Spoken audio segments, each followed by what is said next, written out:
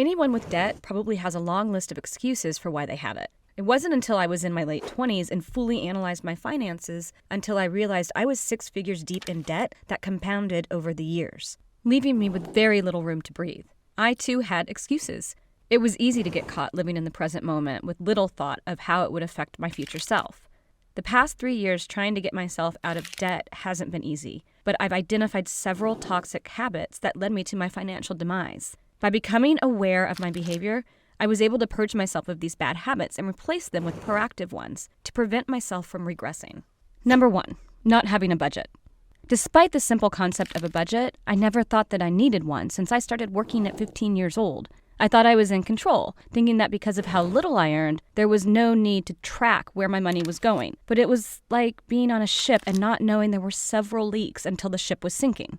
Before the start of my financial journey in 2018, I was part of the 30% of Americans who don't budget, with no budget or any short or long-term goals. I always thought that living paycheck to paycheck was the norm and that big expenses could be funded by credit cards. But this thought process led me to a perpetual cycle of getting into debt and paying it back, only to rack up more debt.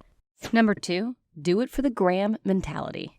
I was also addicted to Instagram, finding inspo from influencers who traveled constantly and posted beautiful content showcasing their adventures. I'd browse through feeds for hours on a weekly basis, peering into the lives I wanted for myself. I was inspired to create perfectly curated feed to depict my lifestyle that I really couldn't afford, seeking validation for the sake of boosts in likes, comments, and followers. I followed a bunch of influencers and celebs, and this left me feeling like I had to buy into the hottest fashions and beauty trends and travel to faraway places. After spending thousands on non-essentials such as eating out, skincare, and travel, I had further spiraled myself into debt. Number 3, using credit cards as an extension of my income. I was approved for several credit cards with attractive reward programs, and I got into the habit of using those cards as if they were an extension of my income. I thought that meeting the minimum spend requirement of a couple of thousand to be able to redeem rewards could easily be paid back. But credit card rewards aren't rewarding if they lead to massive debt. Financial experts strongly advise against doing this, as individuals can easily rack up large balances for the sake of reaping the rewards. I became comfortable with the minimum monthly payments because at the time, it was affordable. But this changed after a repeated cycle of thoughtless spending and quickly escalated to high credit card balances, and I was paying hundreds in interest. Number 4, not having an emergency fund.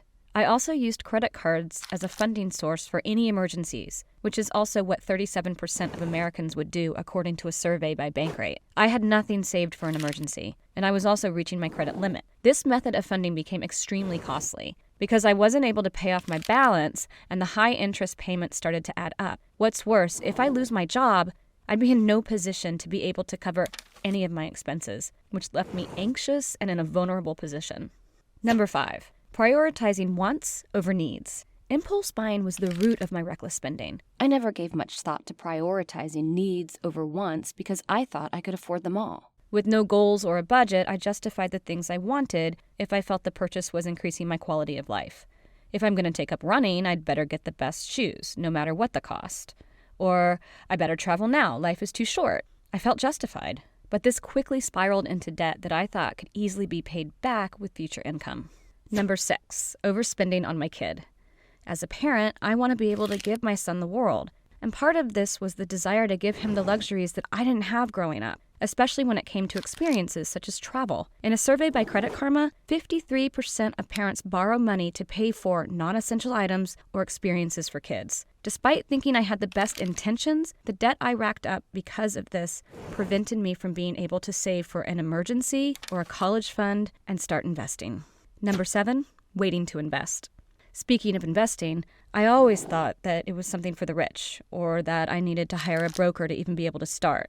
Although this might have been true back when I was still going to college, it no longer applies today, as investing has become much more affordable and accessible within the last 10 years, made possible through robo-advisors and mutual funds. By blowing my money away on wants over needs and racking up significant amounts of high-interest credit card debt, I lost out on years of reaping the benefits from the magic of compound interest.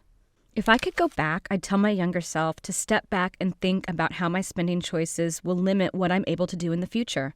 Although getting caught up in all these bad habits has set me back financially, I now feel empowered in being able to take control of my outcome and continue my journey towards financial independence. It's taken a lot of self-discipline and awareness to avoid these habits, and by doing so, I was able to reach 2 important milestones: aggressively pay down debt within the past 2 years, and save an emergency fund that's big enough to cover basic expenditures for at least 6 months.